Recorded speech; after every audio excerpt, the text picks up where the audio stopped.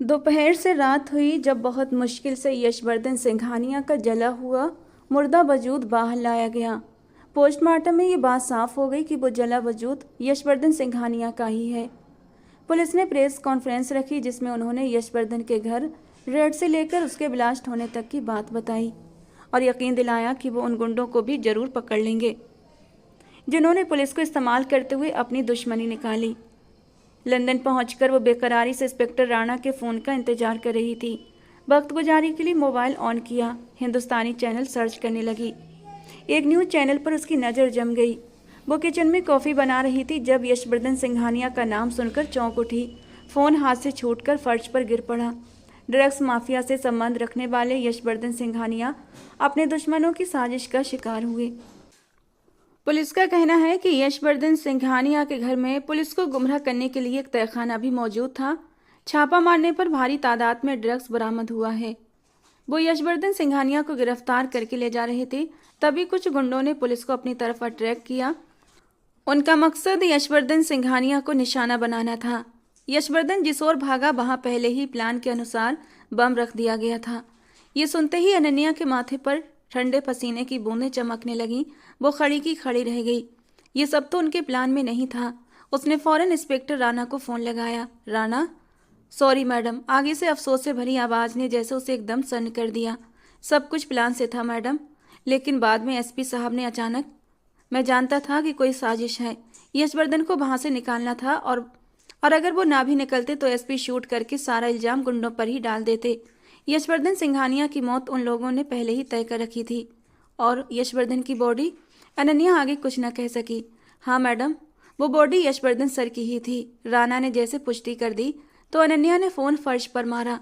यशवर्धन, वो जोर से चीखी। जिंदगी ने एक बार फिर फरेब किया था। उसके जीने का मकसद एक बार फिर छीन लिया था। पहले उसके जीने का मकसद इस देश की सेवा करना था, फौज में शामिल होकर, लेकिन उसकी बीमारी ने सब कुछ ख़त्म कर दिया था। उसका मकसद छीन लिया गया था। फिर उसे एक और मकसद मिला, यशवर्धन की संगत, और अब यशवर्धन भी उससे छीन लिया गया था। पहली बार यशवर्धन की गिरफ्तारी पर उसने खुद को बहलाने की नाकाम कोशिश की थी कि वो एक मुजरिम है, उसका यही अंजाम होना था। मगर जल्दी ही कबूल किया कि वो यशवर्धन सिंघानिया से मोहब्बत करने लगी है और वो उसके लिए ज़रूरी हो गया है। वो ज़िंदगी चाहती थी लंबी और सुकून से भरी, खुशियों से भरी, जिसकी वजह सिर्फ और सिर्फ यशवर्धन था। मगर यशवर्धन एक क्रिमिनल था और वो एक जासूस। उसका दिमाग अतीत में जाकर उलझने लगा। जब वो यशवर्धन के सामने खड़ी थी, शराब की बोतल थामे यशवर्धन को देखकर वो एकदम से हिल गई थी। उसे यशवर्धन से इसी रूप में मोहब्बत हुई थी, मगर उसमें शराब कहीं नहीं थी। वो नशे का आदी नहीं था। वो उसे शराब से दूर करने की नीयत से उस दिन अपना आप उसके हवाले करने पर राजी हुई थी। मगर यशवर्धन के मुंह से अपने लिए ख्वाहिश का शब्द सुनकर साकित रह गई। मोहब्बत में भला कहाँ की गद्दारी थी। वो एक जासूस थी जो आर्मी ऑफिसर बनना चाहती थी, मगर किस्मत ने उसे दूसरी राह पर फेंक दिया था। वो गद्दार नहीं बनना चाहती थी, लेकिन भागने की कोई राह न थी और अब दिल भी भागने को तैयार न था। वो चाहती थी किसी तरह वो सही ठहर जाए, पर जब ऐसा न हुआ तो उसने गलत होने का ही फैसला कर लिया। वो बहुत लंबी जिंदगी चाहती थी जिसके लिए खुदगर्ज होना जरूरी था, लेकिन उसे खुशियों भरी जिंदगी में सबसे बड़ा कांटा खुद यशवर्धन सिंघानिया था। वो यशवर्धन से मोहब्बत करती थी, लेकिन उसके काम से नफरत। यशवर्धन की मौत का मतलब अनन्या सिंघानिया की मौत था। वो दिल को मजबूत करते यशवर्धन के उस कमरे में दाखिल हुई जहां कारोबारी काम होता था। यशवर्धन टांगे टेबल पर रखे आंखें मूंदे लेटा था। उसने अनन्या के आने को महसूस कर लिया था, लेकिन आंखें नहीं खोली थीं, क्योंकि उसे पता था जब अनन्या उसके इस रूम तक आई है तो यकीनन कोई बहुत बड़ी वजह होगी और वो अपने आने की वजह अपने आप ही बताएगी। इसीलिए वो उसके बोलने का इंतजार कर रहा था। और अनन्या ने जो शब्द बोले, ऐसा लगा जैसे यशवर्धन के सर पर कोई पहाड़ टूटा हो। अनन्या मिश्रा नाम है मेरा, उसने संजीदगी से बोला था। रिटायर्ड पुलिस ऑफिसर की बेटी हूँ। आर्मी की 1.5 साल की ट्रेनिंग भी ले चुकी हूँ, लेकिन फिर गुर्दे फेल होने की वजह से वो बात अधूरी छोड़ गई। जबकि यशवर्धन अब उसे आंखें खोलकर देख रहा था, लेकिन उसकी आंखों में कोई भी भाव नहीं थे। आगे भी खुद बता दो, क्योंकि मेरे पूछने का तरीका तुम जानती हो, यशवर्धन अब ठंडे शब्दों में बोला। अनन्या शुरू से अब तक यशवर्धन को सब बताती चली गई। बात पूरी होने पर यशवर्धन ने दराज से गन निकालकर सामने टेबल पर रखी। अपना अंजाम जानते हुए भी सब कबूल कर लिया। क्यों? भाग सकती थी, कोई रुकावट नहीं थी। गन लोड करते वो अनन्या के सामने खड़ा हुआ। नहीं भाग सकती थी। जितना भी दूर जाती यशवर्धन सिंघानिया से दूर नहीं जा सकती थी। उसके शब्दों में दर्द था। ये तो है, तुम जहाँ भी जाती मैं तुम्हें ढूंढ निकालता। यशवर्धन ने कड़वाहट से हंसते हुए तंज किया। दूर जा ही नहीं पाती। अगर भाग भी जाती तो खुद को यहीं छोड़ जाती। मोहब्बत हो गई है ना यशवर्धन सिंघानिया से? वो बेबसी से बोली। जानती थी कि मैं मार दूंगा, फिर भी बता दिया। गन की नाल अनन्या के पेट से हल्की सी मिस हुई थी। दूर जाती या भाग जाती तो जुदाई से मर जाती। अनन्या ने पेट का दबाव गन पर और बढ़ा दिया। तुम भी एक फरेब निकली। मुझे नहीं मालूम था मेरा दिल यूं धोखा देगा मुझे। बेबसी से हंसी। अगर ये सब नाटक था तो शादी क्यों? यशवर्धन ने सख्ती से पूछा। कहा तो मोहब्बत। मोहब्बत अब हुई है। यशवर्धन ने उसकी बात काटी। लेकिन बेबस मैं तब भी हो गई थी यशवर्धन सिंघानिया। भगवान जानता है शादी करते वक्त दिल में किसी तरह का गलत इरादा नहीं था। तुमसे शादी करना हमारे किसी प्लान का हिस्सा नहीं था। ये सब मैंने अपने खुद दिल के हाथों मजबूर होकर किया। वो बेबस से शब्दों में बोली। खुद को मेरे हवाले कर देना। हर लड़की के वो नाजुक पल जिन पर सिर्फ और सिर्फ उसके पति का हक होता है, वो पल भी तुमने मुझे सौंपे थे। क्या वो भी बेबसी थी? मेरे हाथ में अपना हाथ भी बेबसी में थमाया था। यशवर्धन का सवाल कड़वा था। नहीं, वो मेरे दिल की ख्वाहिश थी यशवर्धन सिंघानिया। मेरे दिल की ख्वाहिश, मेरे दिल की खुशी। मैंने वो सब किसी नाजुक पल में अचानक या बेबसी में नहीं किया था। अनन्या ने यशवर्धन के कंधे पर हाथ रखकर यशवर्धन के सीने पर अपना सर टिकाया। मोहब्बत है मुझे यशवर्धन सिंघानिया से इतनी कि जिस नाम के आगे सिंघानिया सुनती हूँ मोहब्बत होने लगती है।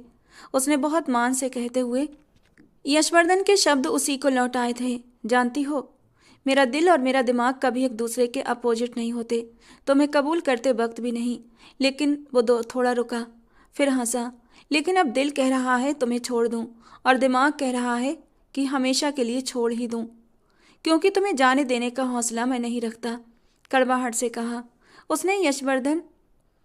यशवर्धन ने अनन्या को पीछे धकेला और कमरे से बाहर निकल गया। अनन्या उसकी आखिरी बात पर पत्थर बनी खड़ी रही। वो उसे तलाक देने की बात कर रहा था। यशवर्धन कमरे में आया, लेकिन हैरत की बात यह थी कि हर बार की तरह वो गुस्से में बेकाबू नहीं हुआ था।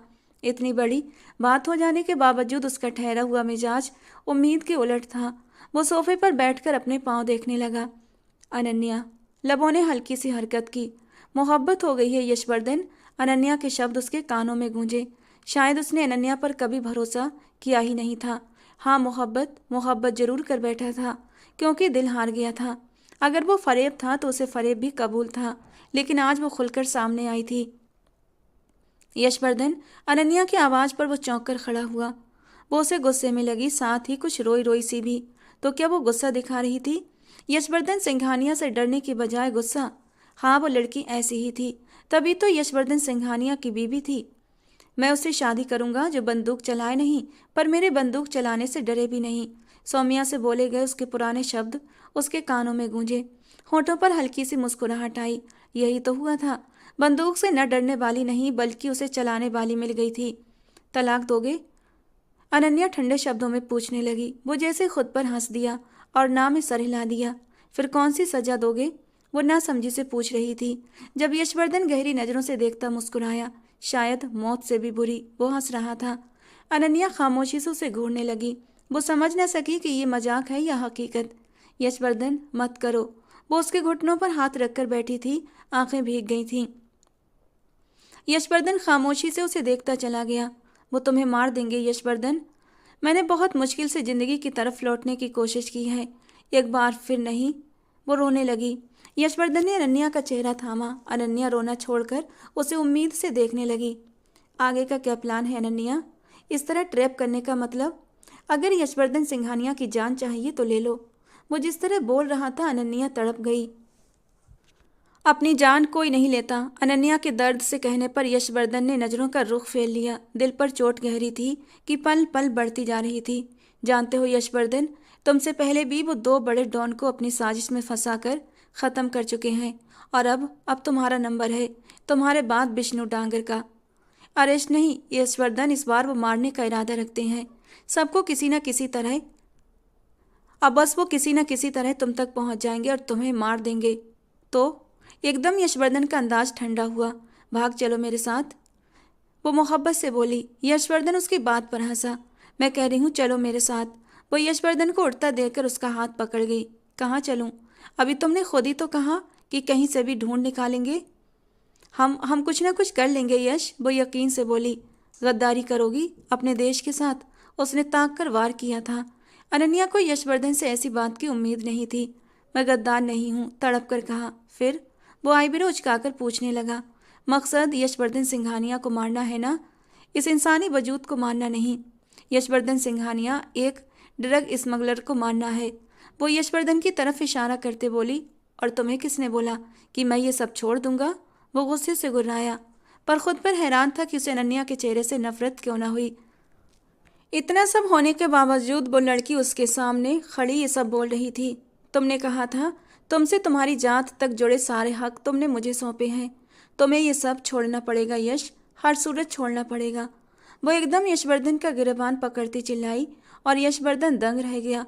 उसने उसके हाथ अपने कॉलर से हटाकर अपनी कमर पर मोड़ दिए। मैं तुमसे अभी और इसी वक्त सारे हक वापस लेता हूँ। खुद से परे धक्का देते वो नागवारी से बोला, तो फिर जान भी ले लो यश। अगर मैं जिंदा रही तो तुम्हें अपने अंदर के उस मुर्दा जमीर को निकाल कर फेंकना होगा। तो मर जाओ, वो भी बराबर का बोला। अनन्या खामोशी से देखती रही। अफसोस है मुझे अपने स्वर्गीय ससुर जी पर। अगर वो जिंदा होते तो कभी तुम्हें इस रूप में देख नहीं पाते। मरने के बाद भी उनकी आत्मा तड़प रही होगी, सिसक रही होगी। हार गए वो तुम्हारी परवरिश करने में, तुम्हारे अंदर एक अच्छा इंसान पैदा करने में। गम और गुस्से से अंदाजा न हुआ कि वो क्या बोल गई। अगले ही पल यशवर्धन ने उसकी गर्दन को जकड़ लिया। सुनने में बुरा लग रहा है, पर तुम ये सब कर रहे हो यशवर्धन। हकीकत ना पसंद करने से वो तुम्हारी पसंद में ढलेगी नहीं। बस कर दो यशवर्धन, तुम खुद भी थक चुके हो। मेरे पहलू में सुकून से लेटने के बावजूद मैंने तुम्हें रातों को करवटें बदलते देखा है। कुछ पल का सुकून हासिल करते हो मुझसे, लेकिन उसके बावजूद भी तुम बेसुकून रहते हो। तुम्हारी दराज में नींद की गोलियां देखी हैं मैंने, तुम्हारी आंखों में बेचैनी देखी है मैंने। तुम थक गए हो यशवर्धन, वो रो पड़ी। यशवर्धन की पकड़ उस पर ढीली हुई आंखों में खुद ब खुद नमी उतरी। तुम सबसे ज़्यादा सौम्या से मोहब्बत करते हो, मैंने देखी है तुम्हारी मोहब्बत। लेकिन वो मोहब्बत एक तरफा नहीं है। सौम्या को भी तड़पते देखा है मैंने तुम्हारे लिए। तुमने उसे खुद से दूर भेज दिया, उसका क्या कसूर है? उसे नहीं चाहिए ये पावर, ये दौलत और पैसा। उसे एक सहारा चाहिए, भाई की सूरत, जो गुंडा ना हो बल्कि उसकी एक आम इंसान बनकर हिफाजत करे।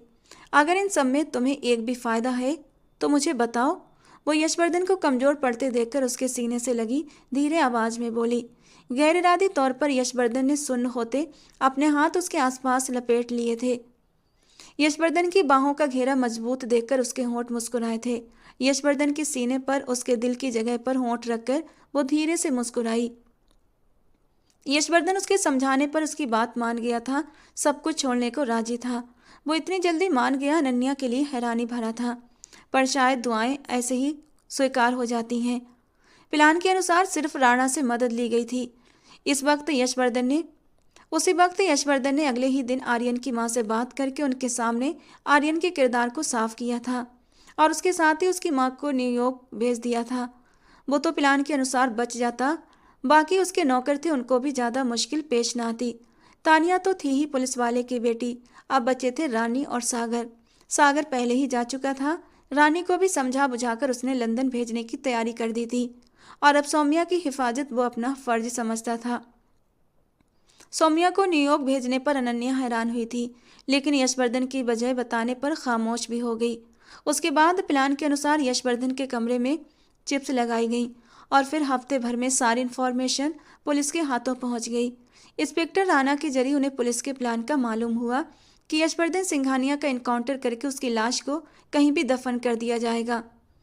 फिर यशवर्धन सिंघानिया के खिलाफ सारे सबूत मीडिया के सामने लाकर ये साबित किया जाएगा कि वो कहीं छुप गया है, जिसे पुलिस जल्द से जल्द तलाश कर लेगी। जिस रात पुलिस ने यशवर्धन को हिरासत में लिया, उसके अगले दिन ही इंस्पेक्टर राणा उसे फरार होने में मदद करने वाला था। वहां से फिर यशवर्धन की गाड़ी पर छोटा सा ब्लास्ट होना था। जिसमें यशवर्धन की जगह मनोहर के मैनेजर का वजूद होना था और अनन्या अपने सारे रिकॉर्ड ख़त्म करके लंदन जाने वाली थी। वहाँ उसे यशवर्धन अपनी नई पहचान से मिलता। पुलिस फिर इस मामले में बेबस हो जाती। गिरफ्तारी से एक दिन पहले अनन्या अपने पापा से भी मिलने गई थी। जब हकीकत सुनने के बाद उन्होंने अफसोस, गम और गुस्से से अनन्या के मुंह पर थप्पड़ मारा था। अफसोस है मुझे तुम पर। मैं तो तुम्हें एक समझदार लड़की समझता था, इसीलिए तुम्हें अपने फैसले लेने की इजाज़त दी, लेकिन तुम। वो दुख से बोलते बोलते रुक गए। आपने कहा था कि इंसान की ज़िंदगी बेमकसद नहीं होती। मैंने इतने समय में ये जाना कि यशवर्धन सिंघानिया मकसद नहीं, मेरी खुशी है। वो तड़प कर बोली, ये खुशी है तुम्हारी? वो गुस्सा बर्दाश्त करते लाल हुए थे। खुशी नहीं, जिंदगी। मैं उस वक्त जिंदा रह गई थी, शायद कि फौज में जाना सिर्फ मकसद था, इसीलिए। लेकिन यशवर्धन सिंघानिया जिंदगी बन चुका है। यकीन करें, मैं उसके मामले में खुद से नहीं जीत सकती। मैंने शादी कर ली दिल की रजामंदी पर। मैं इतनी बेबस हो चुकी हूँ कि खुद पर बस नहीं रखती। वो रोते हुए कह रही थी। वो खामोशी से देखते चले गए। तुम जानती हो तुमने अपने लिए क्या फैसला लिया है? वो हैरत से बोले, जानती हूँ। खुशियों पर मेरा भी तो हक है ना। जिंदगी में इतनी तकलीफ़ें देखने के बाद मैं एक सुकून भरी जिंदगी चाहती हूँ, जिसका सुकून यशवर्धन सिंघानिया है। और तुम अपने साथ जुल्म कर रही हो। मुझे इस बात का सुकून रहेगा पापा कि अपने साथ जुल्म करने वाली मैं खुद थी। मैं नहीं छोड़ सकती यशवर्धन को। मेरा भगवान जानता है, मैंने बहुत कोशिश की, पर अब नहीं। प्लीज़ एक मौका और दे दें, हर बार की तरह अपनी ज़िंदगी गुजारने का, अपने लिए एक आखिरी फैसला लेने का। अगर इस फैसले में नुकसान हुआ तो वादा करती हूँ आपको बिल्कुल भी परेशानी नहीं होगी, क्योंकि मैं अगले नफ़ा नुकसान के लिए बचूंगी ही नहीं। वो रोते हुए बोली तो वो खुद भी बेबस होते उसके सामने बैठ गए। वो मुजरिम है, बहुत बड़ा स्मगलर था। वो जल्दी ही उनकी बात काटकर पूरी कर गई। उन्होंने खामोशी से अपनी बेटी को देखा। वो सब छोड़ चुका है पापा। वो करीब होते उनके घुटने पर सर रख गई। वो छोड़ चुका है, पर कोई और उसे छोड़ने नहीं देगा। तुम जानती हो ना कि पुलिस वालों का आगे का क्या प्लान है? वो अपनी बेटी के गाल पर हाथ रखते उसको समझाने लगे। सब सही हो जाएगा, यकीन करें। वो मुस्कुराई। उसके पापा मान चुके थे। उम्मीद करता हूँ ऐसा ही हो। अनन्या के आंसू साफ करते बेबसी से बोले, और मैं यकीन रखती हूँ। कहते हुए वो उनके घुटने पर सर रख गई और फिर अपने प्लान के बारे में उन्हें बताने लगी। उसने हमेशा के लिए लंदन जाने पर वो नाराज भी हुए थे और ख़ुद भी साथ जाने से इनकार कर दिया, लेकिन कोई दूसरा रास्ता नहीं था, इसीलिए कुछ नहीं बोले।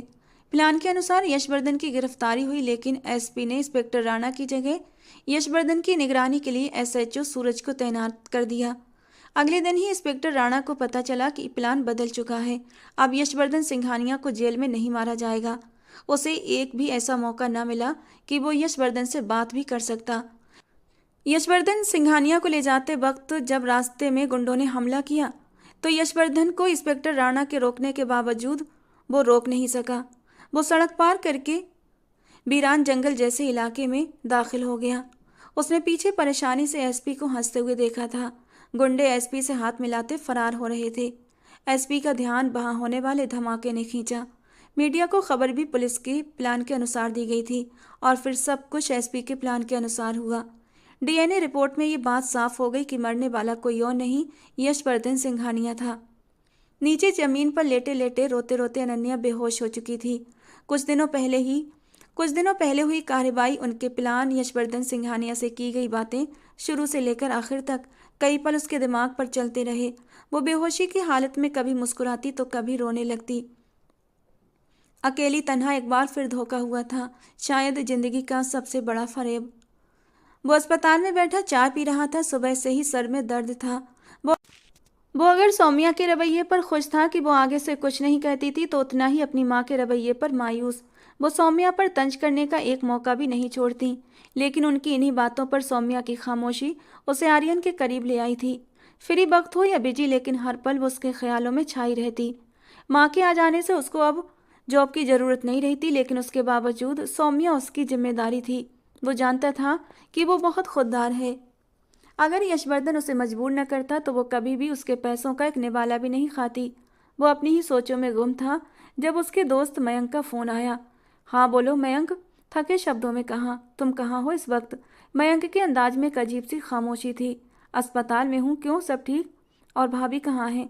दोबारा सवाल किया। घर पर है। क्यों, खैरियत? क्यों पूछ रहे हो? परेशानी से पूछा। यशवर्धन सिंघानिया के मरने का पता चला। आर्यन को एक झटका सा लगा। वो बेयकीनी से एकदम सीधा हुआ। क्या कह रहे हो? यशवर्धन सिंघानिया मर गया है, न्यूज़ देखो, कहने के साथ ही मयंक ने कॉल कट कर दी। कुछ पल तो आर्यन सन्न बैठा रह गया। उसको यशवर्धन के मरने पर किसी तरह का अफसोस नहीं था, लेकिन दिल में डर जरूर था कि सौम्या के बारे में। वो इतने समय में सौम्या और यशवर्धन सिंघानिया की मोहब्बत का अंदाजा लगा चुका था। उसे यशवर्धन की मौत की खुशी भी नहीं हुई थी। सौम्या का रिएक्शन सोचकर उसके माथे पर पसीना आने लगा। वो तेजी से कमरे से निकलते अस्पताल से बाहर चला गया। आधे घंटे बाद घर के बाहर खड़े होकर डोरबेल बजाई। दरवाजा माँ ने खोला था। अरे बेटा, जल्दी आ गए, सब खैर तो है ना? आर्यन के चेहरे पर परेशानी देखते वो भी परेशान हुई। सौम्या कहाँ है मामा? अंदर की तरफ बढ़ते हुए बेचैनी से पूछा। महारानी कमरे से बाहर ही नहीं निकली हैं सुबह से, सर झटकते हुए तंज किया। लेकिन आर्यन नज़रअंदाज किए कमरे में गया। कमरा खाली था। बाथरूम देखा, वो भी खाली था।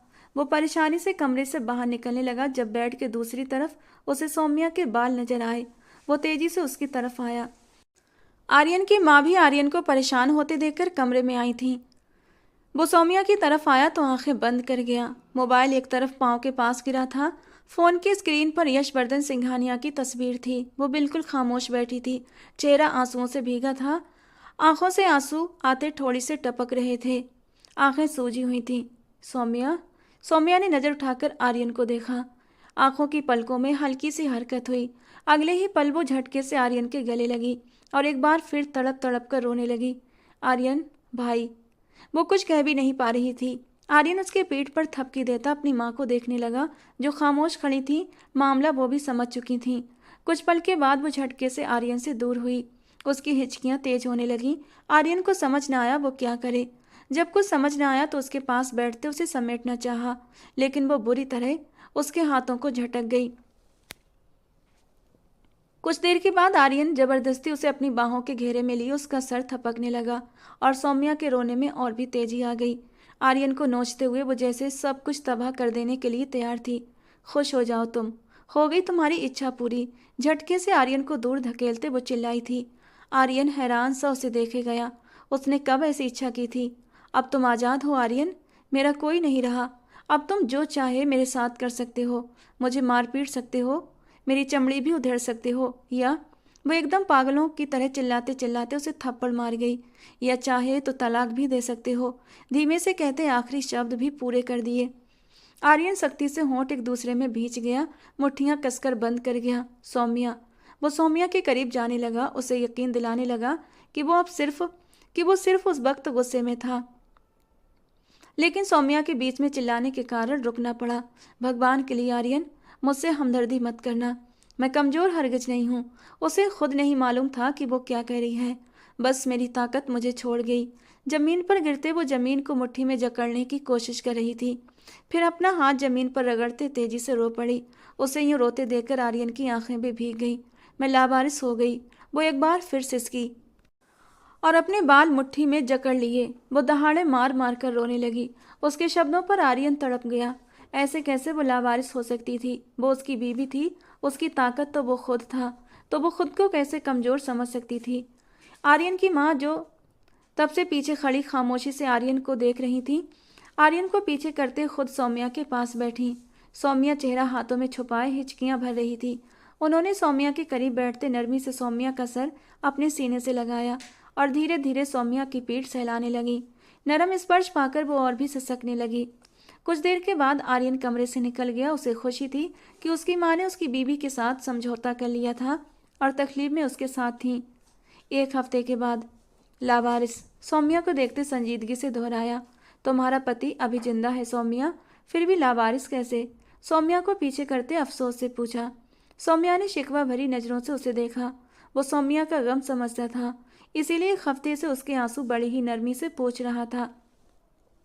लेकिन सौम्या के मुंह से निकलने वाले शब्द लावारिस उसके लिए बहुत तकलीफ भरे थे। लेकिन मेरा भाई, सौम्या कहने लगी, जब आर्यन उसकी बात बीच में काट गया। जिनके भाई बहन मर जाएं, लावारिस वो नहीं होते। हाँ, जिनके पति मर जाएं वो खुद को बेसहारा जरूर कह सकती हैं, शादी के बाद लड़की का सबसे मजबूत सहारा उसका पति होता है, भाई नहीं। सौम्या का हाथ थामते नरमी से कहा। सौम्या की आंखों से आंसू टूटा, आर्यन के हाथ पर गिरा। मैंने हर रिश्ते की मोहब्बत उनसे ही पाई थी। मोहब्बत से तो खाली हो गई सौम्या सिंघानिया, लावारिस हो गई सौम्या सिंघानिया। आर्यन के हाथ से अपना हाथ खींचकर बोली। कैसे समझाती वो कि यशवर्धन सिंघानिया की उसकी जिंदगी में क्या हैसियत थी। उसका हर रिश्ता यशवर्धन था। वो शहजादी थी तो उसे शहजादी बनाने वाला यशवर्धन था। सबसे खूबसूरत मोहब्बत का एहसास भी पति की मोहब्बत का होता है सौम्या। सौम्या का चेहरा थामे वो अफसोस से मुस्कुराहट लिए बोला। लेकिन सौम्या सिंघानिया उससे वो तकलीफ की हदों को छूते हुए कहने लगी कि जब आर्यन ने एक बार फिर उसकी बात बीच में काट दी। लेकिन ये सौम्या सिंघानिया उस मोहब्बत से माला माल है कि सौम्या सिंघानिया अगर एक मोहब्बत भरी नज़र उठाकर अपने पति को मोहब्बत की नज़र से देखे तो उसे हर रिश्ते की मोहब्बत से ज़्यादा ऊपर पाएगी। यशवर्धन सिंघानिया अपने भाई के साथ माँ बाप बहन की मोहब्बत देता था, लेकिन अगर सौम्या सिंघानिया एक बार भरोसा करे तो उसका पति उसे माँ बाप, बहन, भाई, सहेली, तमाम मोहब्बतों की कमी पूरी कर देगा। सौम्या का चेहरा थामे वो इजहार मोहब्बत कर रहा था। ना ही उसने इजहार मोहब्बत के लिए कोई रोमांटिक जगह चुनी थी, ना ही उस पर गुलाब बरसाए थे, और ना ही ये मौका इजहार का था। लेकिन इसके बावजूद आर्यन को सबसे बेहतरीन वक्त लगा था, और इसका अंदाजा उसे सौम्या की आंखों से बहते आंसू देखकर हो रहा था। वो रोते हुए झटके से आर्यन के गले लगी। एक हफ्ते से वो घुट घुट कर रो रही थी। ये समझने लगी थी कि वो जहाँ थी वहाँ सब उसके भाई की मौत से खुश होंगे, उसे बेबस और बेसहारा देखकर हंस रहे होंगे। अब उसे कमज़ोर जानकर उसकी ज़िंदगी का वो कड़वा रूप दिखाएंगे। लेकिन आर्यन की बातों ने उसके पत्थर होते दिल पर ऐसी चोट लगाई थी कि उसके अंदर साफ और वफादार मोहब्बत का एक चश्मा फूट पड़ा था। आर्यन, लेकिन यशवर्धन भाई, एक हफ्ते के बाद वो इस तरह रोई जैसे पहले दिन भी नहीं रोई थी। आर्यन उसकी पीठ थपकने लगा। उसने सौम्या को चुप नहीं करवाया, बस खामोशी से उसके आंसुओं की नमी अपने सीने पर महसूस करने लगा। 2 महीने के बाद तनु, वो अपनी माँ के सिरहाने बैठी चम्मच से सूप उनके मुंह में डाल रही थी। जिस्म पूरा कम्बल में छुपा था। तानिया के अगवा होने के 2-3 दिन बाद ही उन्हें शायद पैरालाइज का अटैक हुआ था, जिसके कारण उनका आधा शरीर बेजान हो गया था। डॉक्टर की लगातार मेहनत और मिथिलेश जी की मोहब्बत के कारण वो इतना सही हो गई थी कि वो बोलने लगी थीं, हाथ भी हरकत करने लगा था, लेकिन चलने फिरने से मजबूर थीं। हंसना बोलना तो जैसे भूल गया था। जब तानिया को वापस घर लाया गया तो वो पहले तो यकीन न कर सकीं, और जब यकीन हो गया कि दरवाजे पर खड़ी लड़की उनकी बेटी तानिया है तो अपनी बेबसी पर रो पड़ी थीं कि अगर चलने फिरने की ताकत होती तो एक पल में बेटी तक पहुंचकर उसे खुद में भींच लेती। उसने बिना कोई बात छुपाए अपने साथ अगवा होने के बाद हुई सारी बातें बताई थीं। हाँ, लेकिन वो ये सब बताते हुए रोई नहीं थी, शायद पत्थर हो चुकी थी, और एक तरह से ही अच्छा साबित हुआ था। अगर वो उसे टूटी बिखरी हालत में मिलती, जैसी हालत में वो यशवर्धन सिंघानिया को मिली थी, तो शायद बिस्तर पर पड़ी माँ के साथ बाप भी अब तक मर चुका होता। लेकिन अपनी बेटी को इतना मजबूत देखकर वो खामोश हो गए थे। कुछ समझ न आया क्या करें, हौसला कैसे देते, जबकि सामने बैठी लड़की को किसी तरह के हौसले की ज़रूरत नहीं थी। लेकिन मिथिलेश जी अंदर ही अंदर घुटने लगे थे। उनकी बेटी के साथ जो कुछ भी हुआ वो सिर्फ और सिर्फ उनकी दुश्मनी की वजह से हुआ था, जबकि तानिया को ये गम अंदर ही अंदर खाया जा रहा था कि जो माँ बाप पहले मिलने को तड़प रहे थे वो उसके साथ हुए जुल्म को सुनकर खामोश थे, बिल्कुल खामोश। मोहब्बत और हमदर्दी के 2 बोल भी नहीं बोले थे, ना ही गले लगाकर 2 आंसू बहाए थे। जबकि जो माँ उसे देखकर रो रही थी वो भी खामोश हो गई थी। अपने कमरे में आकर वो खुद भी हंसी थी। अपने वजूद में छुपे ऐब, अपनी हकीकत जानने के बावजूद वो उम्मीद जो लगा गई थी कि उसके माँ बाप उसे अपना लेंगे, लेकिन जब शायद उसका बाप उसकी पहचान अपनी बेटी की हैसियत से करवाने से भी बच रहा था, उसका दिल एक बार फिर हर चीज़ से उदास हो गया था। कमरे में सारा दिन बंद रहती, सिर्फ और सिर्फ अपनी माँ को दवाई देने और खाना खिलाने के वक्त बाहर निकलती थी। हर दिन खुद को समझाने के बाद भी वो रोज़ ही ये ख्वाहिश करती कि एक बार गले से लगाकर उस पर जो बीती उसके माँ बाप उसका गम हल्का कर दें। वो मजबूत थी, फिर भी खुद को हमदर्दी का हकदार समझने लगी थी। जबकि दूसरी तरफ उसके माँ बाप उसकी खामोश और खिंचाव भरे रवैये को महसूस करते उसे वक्त दे रहे थे। जो उसके साथ हुआ वो उनके लिए कबूल करना आसान नहीं था। बेटी के अतीत ने ऐसी चोट लगाई थी कि रातों को नींदें तक हराम हो गई थीं। खानदान वाले मिलने आए थे। हमेशा मोहब्बत की नज़र से देखने वालों की आंखों में उसने अपने लिए सवाल और उत्सुकता देखी थी। उसके माँ बाप से हर कोई ये सवाल कर रहा था कि वो साल भर कहाँ थी, किसके साथ थी। कई लोगों का कहना था कि वो भाग गई थी। उसके माँ बाप ने न जाने क्या जवाब दिए थे, लेकिन वो बिल्कुल खामोश थी।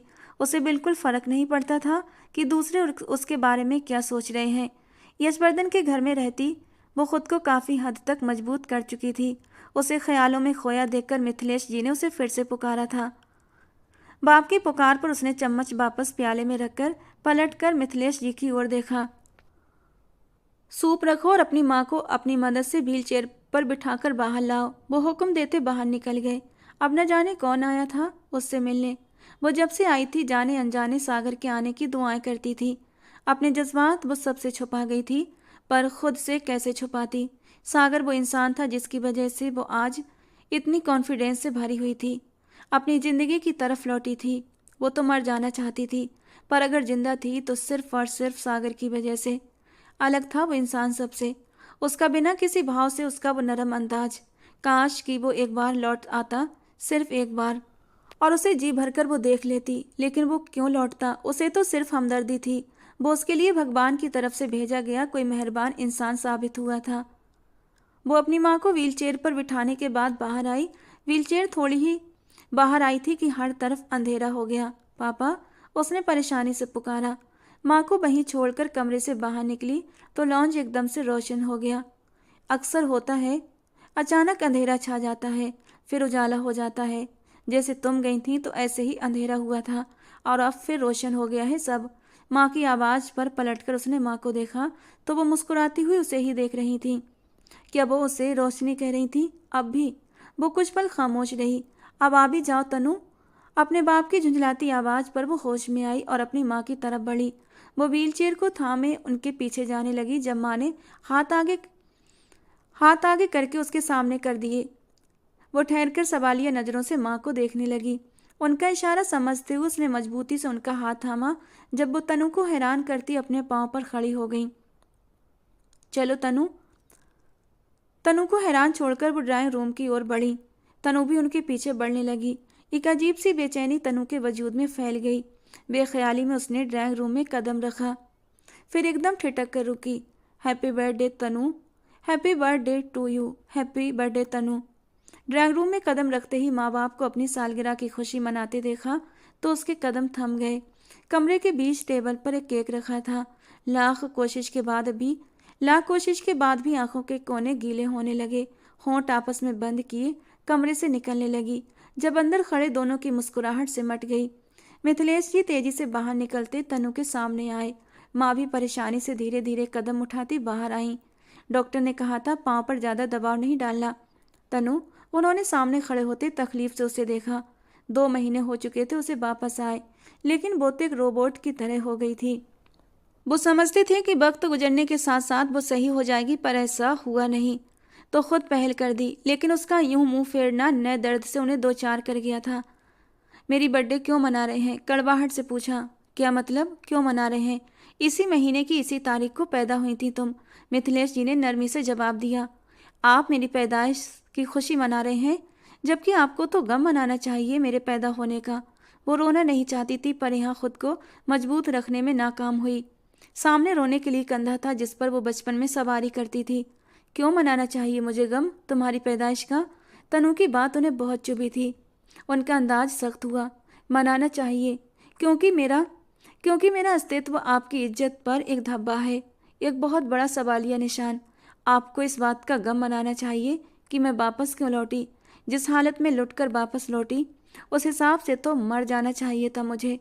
मैं खुद सामने नहीं आई आपके, मैं आना भी नहीं चाहती थी, कभी भी नहीं। लेकिन तनु माँ की तड़पती पुकार पर अपनी माँ की ओर देखने लगी, जो भीगी आंखों से उसे तकलीफ से देख रही थी, जबकि उसकी बातों ने मिथिलेश को एकदम पत्थर कर दिया था। क्या जवाब दिया अपने लोगों को कि कहाँ थी मैं इतने समय तक? क्या हुआ था मेरे साथ? क्या झूठ बोला आपने लोगों से? कैसे मुंह छुपाया इस बदनामी से? वो न जाने क्यों इस कदर कड़वी होकर कुछ भी बोल रही थी। कौन सी बदनामी? कैसी बदनामी? मिथिलेश जी ने उसके बाजू से दबोच कर उसका रुख अपनी तरफ किया। तानिया नाम की बदनामी, जो हमेशा के लिए आपकी ज़िंदगी में फांस बनकर लौटी है, जो हमेशा आपको चुभती रहेगी। आज सामने खड़े होकर आंखों में देखते हुए वो बात कर रही थी। मैं बताऊं? मैं बताऊं कि क्या बताया लोगों को? क्या झूठ बोला मैंने? तनु के बाजू पर सख्त पकड़ करते हुए सख्ती से पूछा। माँ ने आगे बढ़कर छुड़ाना चाहा, पर मिथिलेश जी के घूरने पर वो रुक गईं। तनु जो इतने जख्म सह चुकी थी, बाजू से उठती तकलीफ उसके लिए कुछ भी नहीं थी। मैंने झूठ बोला। मैंने झूठ कहा कि मेरी बेटी बहुत बहादुर है।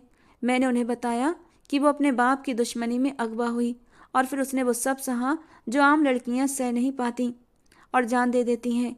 मैंने ये कहा कि मेरी बेटी बहुत बहादुर है, उसने जान नहीं दी बल्कि ले ली। मैंने लोगों से कहा कि मेरी बेटी पवित्र है, क्योंकि उसने किसी लड़के से आशिकी नहीं की और ना ही उसके साथ फरार होकर मेरी इज्जत पर दाग लगाया। मैंने बताया लोगों को कि मेरी बेटी मजलूम है, मासूम है, जुल्म का शिकार हुई। मेरी बेटी वो है जिसने जालिमों को जुल्म की हद दिखा दी और उनके जिस्म से बोटी बोटी नोच ली। तानिया की आंखों से आंसू बूंद बूंद गिरने लगे। यही हाल मिथिलेश और उनकी बीवी का था। मैंने सर नहीं झुकाया, ये सर उठाकर बताया लोगों को कि मेरी बेटी ने खुदकुशी नहीं की। मेरी बेटी पवित्र होने के साथ एक बहुत ही हिम्मत और बुलंद हौसले वाली बेटी है। मैंने कहा मेरी बेटी मेरा गर्व है, मेरा सुकून है। बोलने के साथ उसके माथे पर होंठ रख दिए। मिथिलेश के आंसू तानिया के माथे पर होंठ रखने के कारण तानिया के गाल पर गिरे। वो जो पत्थर बनी खड़ी थी, तड़प कर बाप के सीने से लगते रोने लगी। रोते रोते आवाज़ तेज हो गई। कई पल सरकते गए और वो दहाड़े मारते मारते रोती गई। वो तीन तीन थे पापा, वो बताने लगी, जबकि मिथिलेश के सीने में धड़कता दिल जैसे किसी ने पाँव में कुचल दिया। सख्ती से वो आंखें मीच गए। मैं आपको पुकारती रही, आप क्यों नहीं आए? वो शिकवा कर रही थी। मिथिलेश जी का कलेजा मुंह को आया। वो बहुत जालिम थे पापा।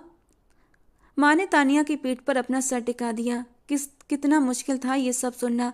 फिर उनकी फूल जैसी बेटी तो सह कर आई थी। वो टॉर्चर करते थे मुझे, सिगरेट से मेरा वजूद जलाते थे। वो एक एक कर सब बताने लगी।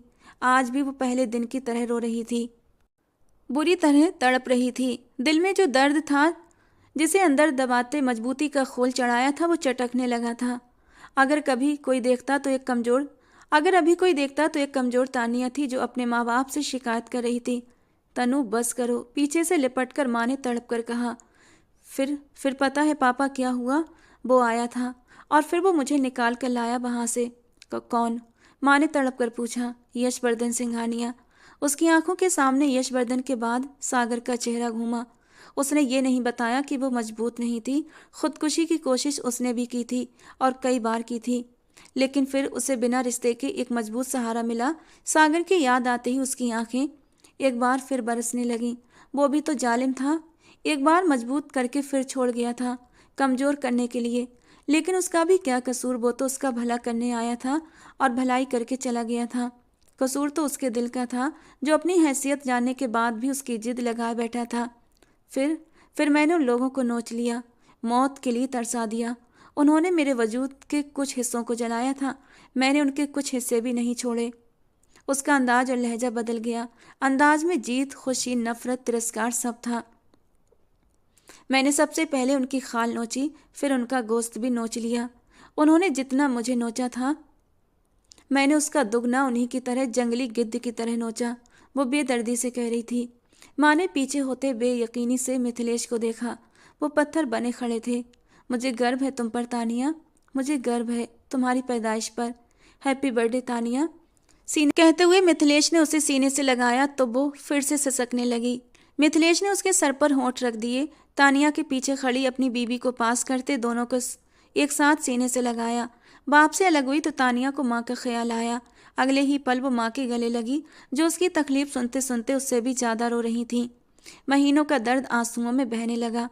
दिल का बोझ भी काफ़ी हद तक कम होने लगा। वो गहरी नींद में थी। कई बार उसकी आंख खटपट की आवाज़ से खुली, लेकिन नींद इस कदर ज़्यादा थी कि आंखें वापस बंद हो जाती। लेकिन फिर कोई बड़ी भारी चीज़ गिरने की आवाज़ आई और वो झटके से उठ बैठी। हे भगवान, डर के मारे उसके मुंह से निकला था। फिर वो धीरे धीरे कदम उठाती कमरे से बाहर निकली और सीढ़ियां उतरते नीचे आई। एक छोटा सा कॉटेज था, नीचे 2 कमरे और लॉन्ज था, ओपन किचन था। दूसरी तरफ से घर के अंदर ही ऊपर जाने की सीढ़ियां थीं, जहां एक बड़ा सा कमरा था। सुस्ती से कदम उठाती वो नीचे आई, कदम किचन की तरफ बढ़े। फिर अचानक गहरी सांस ली। काली बनियान में एप्रिन बांधे, बालों को पोनी में कैद किए वो नाश्ता बनाने में बिजी था, या फिर बनाने की कोशिश कर रहा था। अनन्या एकदम से मुस्कुराई। वो उसकी मदद नहीं करता था, बल्कि उसके काम और भी बढ़ा देता था। 15 मिनट में नाश्ता बनाकर उसे घंटे भर की सफाई में बिजी कर देता। अब यशवर्धन सिंघानिया का ये रोज का रूटीन बन गया था। अनन्या धीरे से कदम उठाती यशवर्धन के पीछे गई और पीछे से यशवर्धन को अपनी बाहों के घेरे में लेती अपना सर उसकी पीठ से टिका गई। यशवर्धन गहराई से मुस्कुराया, लेकिन अपना काम जारी रखा। तो ये सजा चुनी थी यशवर्धन तुमने मेरे लिए? वो अफसोस से बोली। मेरे हाथ का नाश्ता तुम्हें सजा लगती है? वो हाथ रोकते नाराजगी से पूछने लगा। छोड़िए इस बात को। तुम्हारे हाथ का नाश्ता तो मुझे आजमाइश लगती है, क्योंकि नाश्ता बनाने के बाद जो किचन का कबाड़ा करते हो ना, दिल और खून दोनों जला देते हो। यशवर्धन की पीठ पर सर रखे आंखें मूंदते कहा। तो यशवर्धन मुस्कुराया। नाश्ता बनाने के बाद सफाई भी खुद क्यों नहीं करते? यशवर्धन की तरफ से कोई जवाब न आने पर वो मुंह बनाती पीछे हुई। क्योंकि ये तुम्हारा काम है, आराम से कंधे उचकाए। तो ये भी मेरा ही काम है जो आप कर रहे हैं, अनन्या ने जताया। अपनी बीवी की कभी कभी मदद कर देनी चाहिए, अनन्या के माथे को चूमते हुए शरारत से कहा। साथ ही पैनकेक एक प्लेट में निकाले। अनन्या ने मुस्कुराती गहरी सांस ली। 2 महीने पहले सब कुछ प्लान के अनुसार हो रहा था। जब रात देर तक वो इंस्पेक्टर राणा का इंतजार करता रहा, लेकिन इंस्पेक्टर राणा की जगह मिथिलेश कमरे में आया था। यशवर्धन ने खामोशी से उसे देखा। वो यशवर्धन के सामने कुर्सी खींचकर बैठ गया। कुछ पल अपने हाथों को देखते रहने के बाद उसने यशवर्धन को देखा, जो उसे ही देख रहा था। तनु से सारी हकीकत जानकर आ रहा हूँ, बात की शुरुआत की। यशवर्धन खामोश रहा। तुम्हारा धन्यवाद करने के लिए मेरे पास शब्द नहीं, नमी आंखों के अंदर धकेलते मिथिलेश ने सर झुका लिया, जबकि यशवर्धन उसे ही देख रहा था। कल एसपी साहब तुम्हें मार देंगे। उनका प्लान तुम्हारा इनकाउंटर करने का था। मिथिलेश जो बता रहा था, ये सुनकर यशवर्धन चौंका नहीं था। सिर्फ एक ही शब्द कहा था, तो ये कि मैं भागने में तुम्हारी मदद कर सकता हूँ। मिथिलेश ने एक गहरी सांस लेते हुए बहुत सोच समझकर उसके सामने ये ऑफर रखी थी। तो मेरी मदद क्यों करोगे? यशवर्धन का अंदाज सख्त था। एहसान चुकाने के लिए। तुमने मेरी बेटी तनु को बचाया था। आज वो हाथ जोड़कर मेरे सामने आई थी और बहुत रोई थी कि तुम्हें बचा लूं। यशवर्धन उसकी बात पर कुछ पल खामोश रहा, फिर धीरे से मुस्कुराया। गद्दारी करोगे अपनी वर्दी से? सवाल नहीं, चाबुक था जो यशवर्धन ने मारा था, लेकिन वो बर्दाश्त कर गए। यशवर्धन मुस्कुराया। हर कोई ही फरेबी था, बस धोखा देने की वजह अलग अलग थीं। कोई पैसों के लिए तो कोई जज्बात, एहसास और जमीर को शांत करने के लिए, लेकिन थे सब फरेबी। मैं कैसे भरोसा कर लूँ तुम पर? यशवर्धन ने शक भरी नज़रों से उसे देखा। क्योंकि दूसरा कोई रास्ता नहीं है तुम्हारे पास सिवाय मुझ पर भरोसा करने के। यशवर्धन ने कुछ देर के बाद सर हिलाया, फिर मिथिलेश वापस आने का कहकर चला गया और फिर रात के 3 बजे वापस लौटा और उसे अपना प्लान समझाया। तनु ने उसे बताया था कि जिन गुंडों से यशवर्धन ने तनु को बचाया था, वो गुंडे कहाँ हैं। यानी मनोहर देसाई का मैनेजर और उसका दूसरा साथी, जिन्हें सागर ने पहले तो तहखाने में रखा था, लेकिन न्यूयॉर्क जाने से पहले तहखाने से निकाल कर किसी दूसरी सेफ जगह पर पहुंचा दिया था, जिसके बारे में सिर्फ तनु जानती थी। फिर ज़्यादा देर न लगी सब कुछ सेट करने में। एसपी साहब के दिए गए प्लान में बस थोड़ा सा बदलाव किया गया था। जिस रास्ते यशवर्धन को जाना था, वहां पहले से मनोहर के मैनेजर की बॉडी रखी गई थी। यशवर्धन देखने में तो जंगल के अंदर गया था, पर वहां रास्ता मोड़ गया था। पोस्टमार्टम की रिपोर्ट में भी मिथिलेश के कहने पर बदलाव किए गए थे। उसी रात यशवर्धन लंदन आया अपनी नई पहचान से और टैक्सी लेकर उसी एड्रेस पर गया जो अनन्या ने उसे दिया था। डोरबेल बजाने पर भी जब कोई रिस्पॉन्स नहीं मिला तो उसने दरवाजे के पास रखा गमला उठाया, फिर मैट के नीचे से घर की चाबी मिली। दरवाज़ा खोलकर धीरे से अंदर दाखिल हुआ तो सामने अंदर कदम बढ़ाने पर अनन्या को बीच लॉन्ज में बेहोश पाया। वो दरवाज़ा बंद करता दौड़कर उसके पास आया, उसे सीधा किया। होश में आने के बाद उसने पहला काम ये किया था कि उसने एक जोरदार थप्पड़ यशवर्धन सिंघानिया के मुंह पर मारा था। थप्पड़ इतना तेज था कि कुछ पल के लिए अपना गाल पकड़े सुन रह गया। फिर वो यशवर्धन के गले लगी उसके होने का यकीन करती रही और रोती रही।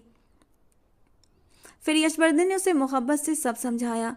वो सब कुछ छोड़ आया था, अपने बाप का घर, फैक्ट्री, सब कुछ, सिवाय अपने माँ बाप का छोड़ा हुआ एक पुश्तैनी मकान, जिसे वो अरेस्ट होने से पहले ही एक कॉन्ट्रैक्ट के तहत बेच कर आया था कि 1 साल के बाद वो वापस इसे डबल कीमत पर खरीदेगा अपनी मेहनत की कमाई से। ये उसके लिए बहुत दर्दनाक फैसला था। उसे अपने बाप के नाम और उनसे जुड़ी हर चीज़ से इश्क था, जिसे वो अपने बाप के इश्क में ही छोड़ आया था। वो जब अनन्या के पास लौटा तो उसके पास कुछ भी नहीं था, इतना पैसा भी नहीं कि वो अनन्या को 2 वक्त का खाना भी खिलाता। वो अपने अलावा और अपने माँ बाप की तस्वीर के अलावा अपने पीछे सब छोड़ आया था। कुछ दिन गुजरे तो अनन्या ने हिम्मत जमा करते अपने बाप से अपना हिस्सा मांगा, जो खुशी से उन्होंने अनन्या को दे दिया। कुछ दिन लगे फैसले में, फिर दोनों ने मिलकर एक छोटा सा मार्ट खोला। यशवर्धन सिंघानिया, जो कभी ऐसी दुकानों पर भी नहीं जाता था, आज उन्हीं दुकानों पर, अब उसी दुकान में एक सेल्स बॉय का काम कर रहा था। पर दिल में सुकून था, जमीर भी खुश था और जिंदगी भी। फिर उसकी बात सागर से हुई, जो न्यूयॉर्क के किसी होटल में वेटर की नौकरी कर रहा था। सागर से सौम्या के बारे में पूछा तो इतना ही पता चला कि सौम्या को घर से बाहर निकलते नहीं देखा। सागर ने यशवर्धन को सौम्या से मिलने पर जोर दिया, लेकिन वो इनकार कर गया, क्योंकि वो देखना चाहता था कि आर्यन उसके ना होने के बाद सौम्या को कैसे रखता है। अगर वो सौम्या को कबूल करता है बिना उसके डर के और उसे पत्नी होने का हक देता है तो ठीक, वरना वो सौम्या का फैसला लेगा। लेकिन फिर 2 महीने में उसे मालूम हुआ कि आर्यन ने न सिर्फ उसे कबूल किया, बल्कि उसने यशवर्धन सिंघानिया की शहजादी को रानी बनाकर रखा है। उसके अंदर एक सुकून और खुशी की लहर उतर गई थी अपनी पसंद और अपने फैसले पर। 3 दिन पहले उसे खबर मिली कि सौम्या माँ बनने वाली है। इस खबर ने खुशी के मारे उसकी रातों की नींदें उड़ा दी। उसे अपना आप हवा में डोलता लग रहा था। फिर बिना देर किए उसने अपने और अनन्या की न्यूयॉर्क की टिकट कंफर्म करवाई। जिन लोगों को सौम्या की निगरानी के लिए रखा गया था, आगे से पैसे न मिलने पर उन्होंने खुद ही काम करने से इनकार कर दिया था, और जिसकी ज़रूरत अब खुद यशवर्धन को भी नहीं थी। आर्यन को चेकअप कराने पर पता चला तो उसकी खुशी की कोई हद न रही।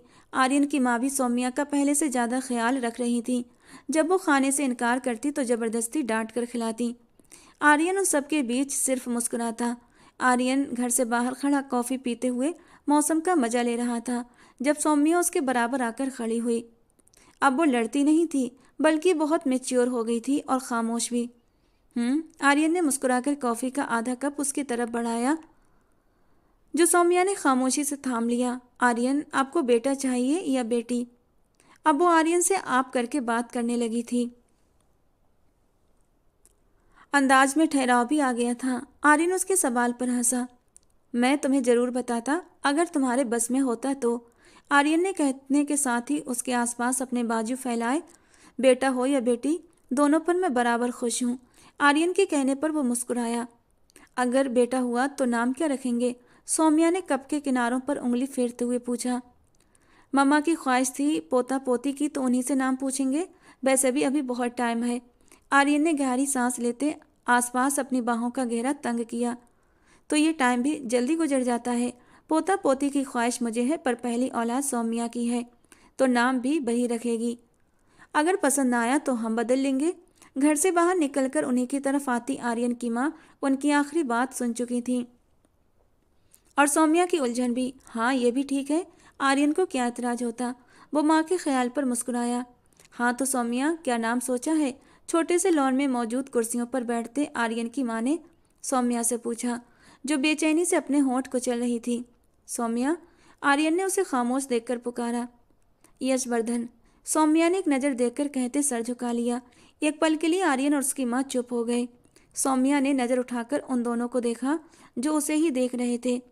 वो मैंने तो बस सोचा है, लेकिन कहते कहते वो रुक गई, आंखें भीगने लगीं। कोई बात नहीं, हम यही नाम रखेंगे। क्यों मामा? सौम्या को रोते देखकर आर्यन फौरन उसके करीब हुआ था। हाँ बिल्कुल, यशवर्धन तो बहुत प्यारा नाम है, उन्होंने मुस्कुराकर कहा। तो सौम्या रोते रोते मुस्कुरा दी। काश अगर वो यशवर्धन से आज मिल सकती तो कहती कि उसका फैसला बहुत अच्छा था, उसे आर्यन जैसा हमसफर कभी नहीं मिल सकता था। कुछ देर बातें करने के बाद वो तीनों अंदर चले गए। सौम्या को किचन में आने से सख्ती से मना किया गया था, इसलिए वो लॉन्च में बैठी थी और किचन की तरफ देख रही थी, साथ ही बार बार पूछ भी रही थी कि मैं आ जाऊं हेल्प कराने के लिए। सौम्या, सुकून से बैठ जाओ यार, तुम घंटे घंटे भर भी पूछती रहोगी तो उनका जवाब ना ही होगा, उल्टा डांट सुनोगी उनसे। लैपटॉप पर बिजी आर्यन ने गहरी सांस लेते कहा। मैं बोर हो रही हूँ आर्यन, सौम्या ने मुंह बनाते कहा। इजाजत हो तो आपकी बोरियत दूर कर दूं? लैपटॉप से नजर हटाकर आर्यन ने शरारत से पूछा। जवाब में सौम्या ने सोफे से कुशन उठाते आर्यन पर फेंका। आर्यन वापस मारने ही लगा था जब डोरबेल बजी। सब्र करो, तुम्हारी बोरियत का इलाज अच्छे से करूंगा। आर्यन सौम्या पर कुशन फेंकता दरवाजे की ओर बढ़ गया। कौन आया है? अब तक वापस क्यों नहीं आया आर्यन? किचन में खड़ी आर्यन की मां ने सौम्या से पूछा। पता नहीं आंटी जी, मैं देखती हूँ। कोई अंदर भी नहीं आया, सौम्या कहने के साथ खड़ी हुई थी और खुद भी दरवाजे की तरफ बढ़ गई। क्या हुआ आर्यन, कौन है गेट पर? सौम्या की आवाज़ पर चौखट पर मौजूद लोगों को देखते हुए आर्यन ने पलटकर सौम्या को देखा तो सौम्या की नज़र उससे होते हुए दरवाजे पर गई और एकदम पत्थर हो गई। वो पत्थर बनी दरवाजे पर खड़े यशवर्धन सिंघानिया को देखने लगी। हर पल बरसने को तैयार उसकी आंखें एक बार फिर तेजी से भीगने लगी थीं। सौम्या, यशवर्धन की आंखों से भी आंसू टूट कर गिरे थे। वो खुश था कि आर्यन उसे खुश रख रहा था, वो जानता भी था इस बात को। लेकिन आज सौम्या के चेहरे पर छाई संजीदगी और मुरझाया चेहरा देखकर उसे एहसास हुआ कि 2 महीने उसे खुद से दूर रखकर वो उसे बहुत तकलीफ दे चुका था। आगे बढ़ते यशवर्धन ने उसके पत्थर वजूद को बाजुओं के घेरे में भर लिया। यशवर्धन के वजूद की खुशबू थी कि सौम्या उससे पल में दूर हुई। यशवर्धन चौंक गया। वो बेयकीनी से आगे बढ़ी, यशवर्धन के चेहरे को छूने लगी, जैसे उसके होने का यकीन कर रही हो। यशवर्धन के चेहरे पर अपने हाथ फेरते देख वो झटके से यशवर्धन के सीने से लगी। उसका बस न चला कि यशवर्धन को अपने अंदर छुपा ले। भाई, वो रोते हुए यशवर्धन के हाथ अपनी मुट्ठियों में दबोच गई। सौम्या का सर चूमते हुए वो उसकी पीठ थपकने लगा। नजर ऊपर उठी तो सामने आर्यन की मां को पत्थर बने खड़े देखा, जो यशवर्धन को ही देख रही थी। यशवर्धन ने शर्मिंदगी के अंदाज में चेहरा झुका लिया। सौम्या, मेरी गुड़िया। काफी देर के बाद भी जब वो यशवर्धन से पीछे न हटी तो यशवर्धन ने नरमी से उसे खुद से अलग किया। मैंने न्यूज़ में देखा था कि आप। वो आगे न बोल सकी। अंदर आइए। सौम्या का इतना रोना इसकी तबीयत के लिए ठीक नहीं। आर्यन ने अंदर आने की दावत दी तो यशवर्धन सौम्या को अंदर लिए दाखिल हुआ। उसके पीछे अनन्या भी दाखिल हुई। यशवर्धन ने सौम्या को बहलाते सारी बातें सुनाई। अपनी जिंदगी बदलने का फैसला भी आर्यन और उसकी माँ के सामने रखा। कुछ वक्त तक खामोशी रही। आर्यन की माँ ने उन्हें नई जिंदगी के लिए कॉन्ग्रेचुलेशन कहा। वो इतने समय में पहली बार बोली थी। उनकी बातों से अंदाजा हो गया कि वो यशवर्धन को माफ़ कर चुकी हैं। अब क्या नाम रखना है सौम्या बेटे का? अगर यशवर्धन रखोगी तो 2-2 यशवर्धन हो जाएंगे। आर्यन की माँ के छेड़ने पर वो हंसने लगी। जब से खामोश बैठे आर्यन गौर से उसकी हंसी देख रहा था। इस 2 महीने में आर्यन ने उसे खुश रखने की हर मुमकिन कोशिश की थी और कामयाब भी हुआ था। सौम्या हंसी भी थी और मुस्कुराई भी थी, लेकिन आज उसकी हंसी बहुत खनकती हुई थी, जैसे घुंघरू से बज रहे हों। आंखों की चमक भी वापस लौट आई थी। मुरझाया हुआ चेहरा एकदम ताज़ा हो गया था। अब मैं सिर्फ यश नाम के बारे में सोच रही हूँ, उसने शरारत से आर्यन को देखते हुए कहा। लेकिन इससे पहले ही यशवर्धन ने उसकी बात काटी। नहीं, ये नाम पहले ही बुक हो चुका है। यश मेरे बेटे का नाम होगा। यशवर्धन के कहने पर सबकी नज़रें अनन्या पर ठहर गईं, जो बौखलाती यशवर्धन के बाजू पर जोर से नोच गई। ओह सॉरी, अभी ऐसा कुछ नहीं है, पर भगवान ने चाहा तो जल्दी होगा, इसीलिए नाम बुक है। तुम दूसरा ढूंढो। यशवर्धन ने साफ इनकार किया। वो बार बार एक निगाह आर्यन पर भी डाल लेता, जो मुस्कुरा तो रहा था फिर भी बिल्कुल खामोश था। मैं भी मजाक कर रही हूँ भाई, नाम तो मम्मी जी डिसाइड करेंगी। सौम्या ने बेहद सुकून और धन्यवाद से भरी मुस्कुराहट चेहरे पर सजाकर कहा। तो आर्यन की माँ के साथ आर्यन भी चौंका, क्योंकि इस समय में वो यशवर्धन के आने से पहले तक आंटी ही बोलती थी। बातों का सिलसिला काफ़ी लंबा हो गया था, जिसमें सिर्फ 2 लोग बातें कर रहे थे, सौम्या और यशवर्धन। बाकी सब मुस्कुराते हुए उनके साथ बैठे थे। खाना शुरू हुआ तो खाने के दौरान सौम्या का ध्यान आर्यन पर गया। उसे महसूस हुआ जैसे आर्यन बहुत ज़्यादा चुप है, जबकि इतने समय में उसे उस पर यह राज तो खुल चुका था कि वो बहुत बातूनी, बहुत शरारती और नरम तबीयत का इंसान है। लेकिन अब खामोश था तो कुछ तो बात जरूर थी। मामा आप बैठे, मैं चावल लाता हूँ। चावल की ट्रे अपनी माँ को उठाते देखकर फौरन बोला, नहीं आप दोनों बैठो, मैं लाती हूँ। सौम्या फौरन खड़ी हुई, तुम आराम से बैठकर खाना खाओ, मैं ले आता हूँ।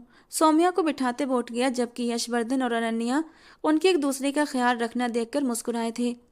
मम्मी मैं अभी आती हूँ। सौम्या भी खड़ी होती खुद भी किचन में चली गई। आर्यन की माँ गहरी सांस लेती मुस्कुराई। उन्हें खुशी हुई थी कि वो लड़की घर वालों के सामने पति को इज्जत देना जानती थी। आर्यन आपको क्या हुआ है? परेशानी से पूछा। कुछ नहीं, वो मुस्कुराया। तुम खुश हो ना? मुस्कुराते पूछा।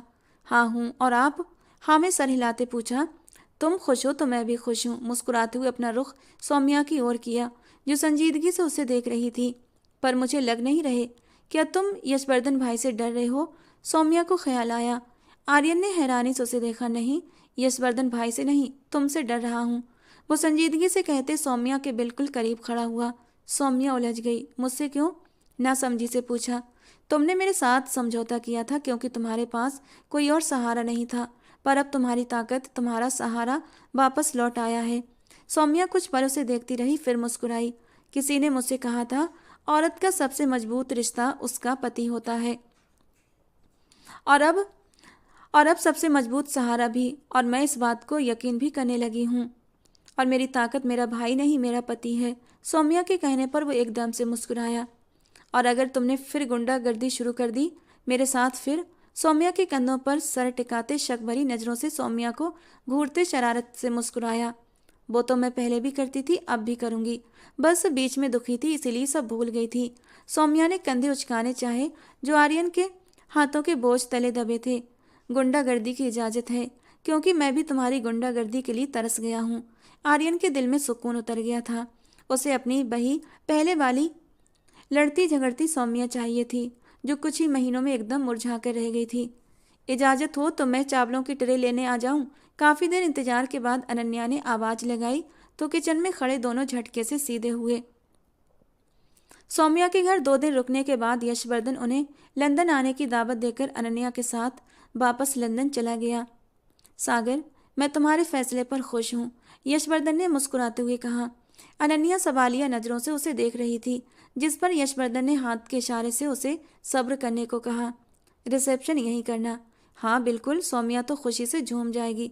ठीक है, इंतजार करेंगे, यशवर्धन ने कहकर फोन काटा तो अनन्या ने बेचैनी से पूछा, कौन सा फैसला? कौन है? सागर ने एक अच्छी जॉब के लिए अप्लाई किया था, मिल भी गई है, तो अब शादी करना चाहता है, खुशी से बताया। और लड़की पसंद कर ली? संजीदगी से पूछा। पता नहीं क्यों उसके दिमाग में तानिया का ख्याल आया, पर वो दबा गई। सबकी अपनी जिंदगी पर हक था। हाँ, तानिया से करना चाहता है। सच? एकदम खुशी से पूछा। हाँ, यशवर्धन ने मुस्कुराते हुए सर हाँ में हिलाया। वो कमरा बंद किए अंधेरे में लेटी थी। काश सागर भी उससे मोहब्बत कर लेता। कितना मुश्किल था गुजारा उसके बिना, लेकिन वो क्यों करता? एक ऐसी लड़की से मोहब्बत क्यों करता जिसके बारे में वो जानता था, लेकिन उसकी बेचैनी कम नहीं हो रही थी। दिल तड़पने लगा था एक बार उस इंसान को देखने के लिए। एक बार अपने बाप के सीने से लगकर रोने के बाद उसका दिल नरम हो चुका था।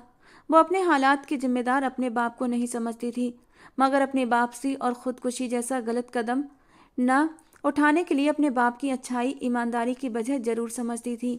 यकीनन वो उसके बाप की अच्छाई का ही सिला था, फिर चाहे जरिया यशवर्धन सिंघानिया ही क्यों न बना हो। तनु जाग रही हो? मिथिलेश जी कमरे में दाखिल होते पूछने लगे। जी। आंसू साफ करते बहुत ही मुश्किल से खुद को संभाला था। मिथिलेश जी ने लाइट जलाई। तुम ठीक हो? उन्होंने तानिया के पास बैठते पूछा। मिथिलेश को उसकी आंखें रोई रोई सी लगी। तुम ठीक हो तनु? तनु के पास बैठते पूछा। जो कुछ उसके साथ हो चुका था उसके बाद उसका अकेले में रोना उम्मीद के उलट नहीं था। जी। आपको कोई काम था? नज़र चुराते पूछा। वो जानती थी उसके आंसू उसके बाप को तकलीफ देते हैं। तुम्हारा रिश्ता आया है। तनु ने नज़र उठाकर खामोशी से उन्हें देखा। दिल में चलती बेचैनी और हलचल एकदम शांत हो गई। तनु तनु को खामोश देखकर पुकारा। जी। जैसा आपको सही लगे, लेकिन मेरे बारे में हर बात उन्हें बता दीजिएगा। सर झुकाती वो फैसला कर चुकी थी। वो वापस कभी नहीं आने वाला था, अगर वो सारी उम्र भी इंतजार करती तब भी। लेकिन अब और अपने माँ बाप को तकलीफ नहीं दे सकती थी। लड़का अकेला है, उसको इन सब बातों से कोई ऐतराज नहीं, और घर में कोई है नहीं जिसे ऐतराज हो। मिथिलेश जी ने सर पर हाथ रखते कहा तो वो खामोशी से सर झुका गई और मुश्किल से अपने आंसू बर्दाश्त करने लगी। फिर देर नहीं करते, लड़के को जल्दी है, 2 दिन बाद ही शादी कर देते हैं। उनके जाने के बाद वो बेजान सी बेड पर लेट गई जैसे पहले लेटी थी। उसने पूछा नहीं कि शादी किससे हो रही है। वो इंसान सागर नहीं था, फिर चाहे कोई भी हो फर्क नहीं पड़ता था। सादे से लाल जोड़े में बिना किसी सजावट के उसे ड्राइंग रूम में लाकर बिठाया गया। सर झुका हुआ था, शर्म से नहीं बल्कि गम और तकलीफ से। अंदर से कोई तेज पुकार रहा था कि पीछे हट जाओ, पर वो आवाज़ उसने अपने फैसले के आगे दबा दी। ये मजबूती भी उसे उसी इंसान ने सिखाई थी। ज़्यादा लोग शामिल नहीं थे शादी में।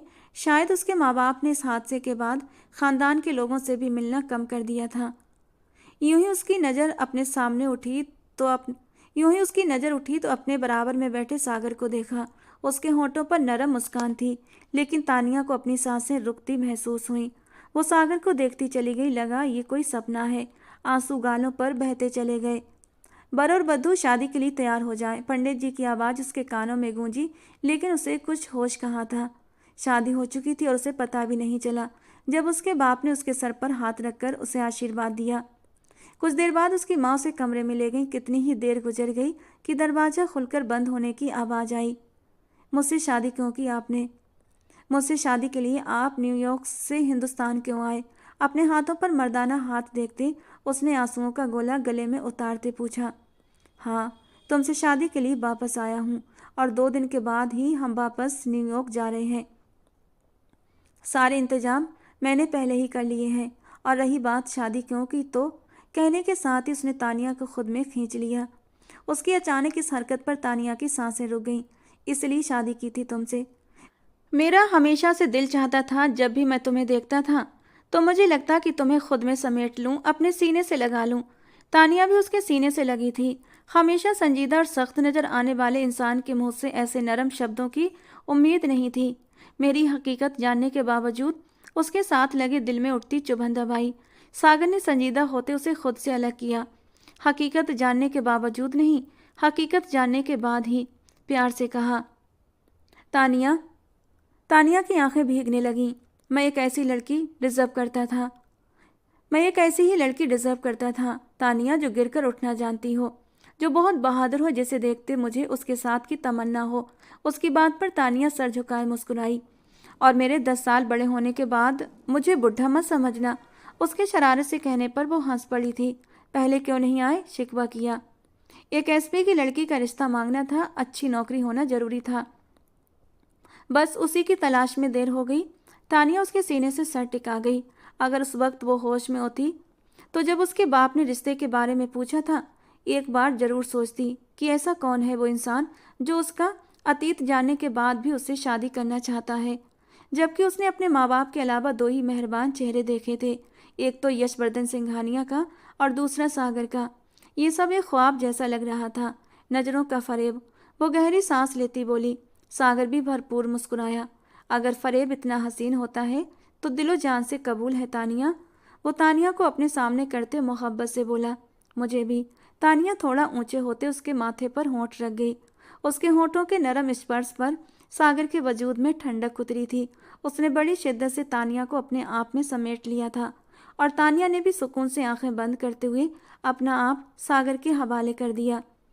वो इस सुकून के लिए कब से तरस रही थी, और ये सुकून उसे सागर की बाहों में आकर ही मिला था।